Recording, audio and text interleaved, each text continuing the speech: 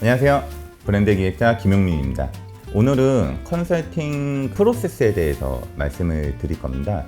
이 말씀을 드리는 이유는 제가 이만큼 잘해요 라기보다는 이미 잘 아시는 분들도 많으세요. 기본적으로 능력치가 높으신 분들, 그런 분들도 제가 말씀드린 이 단계를 해보시면 도움이 많이 되실 겁니다. 크게 세 단계고요. 첫 번째 진단, 두 번째는 설계, 세 번째가 실행입니다. 먼저 진단하는 단계는 정확한 문제가 도출되면은 진단이 잘 이루어졌다고 저는 보고 있습니다. 이게 무슨 얘기냐면, 저도 몇 군데를 하다 보면은 간혹 이런 얘기가 있어요. 우리 매출이 잘 나왔는데 수익성이 좋지 않다. 그러니까 매출을 더 올려야겠다.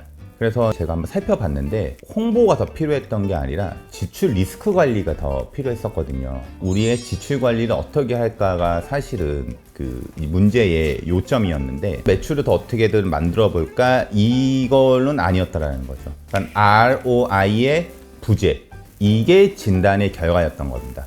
그래서 먼저 내 상황에 대해서 정확히 한번 고민을 해보고 거기에 맞는 문제가 나오면 정확한 질문이 나오게 되어 있습니다. 이게 진단 단계에서 내가 꼭 알아가거나 꼭 알아차려야 되는 그런 내용이고요. 이 다음이 설계가 들어가는 겁니다. 다들 사업을 한다는 게 자선봉사라는 건 아니잖아요. 꼭 돈이 목적은 아니지만 그래도 돈을 좀 정확하게 벌고 정직하게 벌고 주는 사람도 받는 사람도 서로 좋게 하려는 게, 아마 이런 고민도 많이 하실 거예요. 그러면은 이제 문제가 정확하게 나오게 되면은 이것에 따른 BM 모델, 이게 이때 나와야 됩니다. 문제를 정확하게 인지하지 않은 상태에서 BM 모델을 하게 되면은 그 향후에 돌이킬 수 없는 문제를 야기시킬 수가 있거든요. 예를 들면은 매장을 하나 내겠다. 근데 내가 생각했을 적에는 한 2인이면 되겠는데 라고 매장을 오픈한 거예요. 근데 실제로 해보니까 4인이 들어갔던 거죠. 그럼 돈을 벌었는데도 2인에 대한 지출이 더 생기는 겁니다. 그럼 이때 왜 이 사람은 2인이면 된다라고 생각했는가? 내 지금 현재 상황에 대한 진단이 정확히 내려지지 않았던 거죠.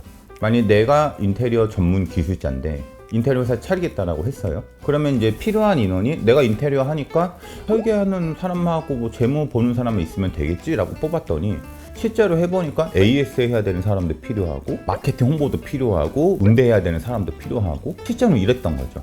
그럼 이때 고민해야 되는 거는, 내가 인테리어 회사를 차리는데 내가 대체할 수 있는 거가 대체할 수 없는 게 무엇인지, 이렇게 고민을 하고 BM 모델을 짰었어야 된다는 거죠. 예를 들면은, 자, 이번에 세 번째 실행 단계가 중요한데요. 실행 단계에서는 궁극적으로 나와야 되는 게 브랜드를 시스템으로 변형시켜줘야 됩니다.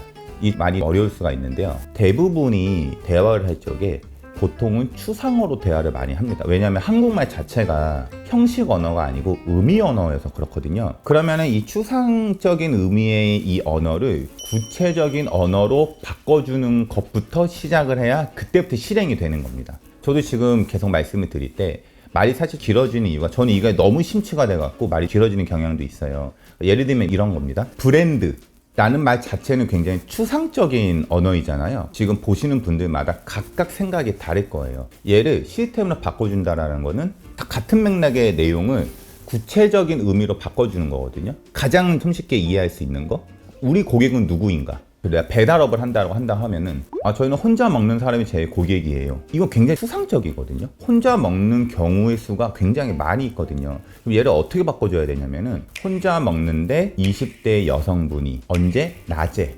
그러면 낮에 혼자 먹는 20대 여성분이 먹기 좋은 배달 그걸 하겠다. 그러면 여기에 맞는 메뉴들이나 그런 것들이 나오겠죠. 그냥 막연하게 1인 그거 할 게가 아니라. 그리고 가끔 이제 그 배달의 민족, 어떤 이런 쿠팡이라든지 그것만 본다 하더라도 어떤 곳은 그냥 1인분이요 라고 하는 경우가 있고, 또 어떤 곳은 1.5인분, 혼자 먹기 되게 많이 먹고, 이런 것들도 다 그런 내용들이 들어가 있는 거거든요.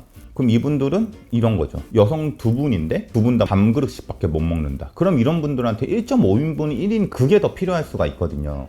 이런 것처럼 브랜드라고 나와 있는 그 카테고리에 있는 내용들을 전부 다 구체적인 언어로 변형을 시켜줘야 됩니다. 그리고 이게 왜 실행 단계 할 때 가장 먼저 돼야 된다 하면은, 사업이나 뭔가 한다 그러면은 혼자 할 수 있는 게 사실 없더라고요. 다들 동료가 있고 협력사도 있을 것이고, 그럼 그때 나만이 알고 있는 언어로 대화를 하면은 결과물이 잘 안 나오고 이게 왜곡이 되더라고요.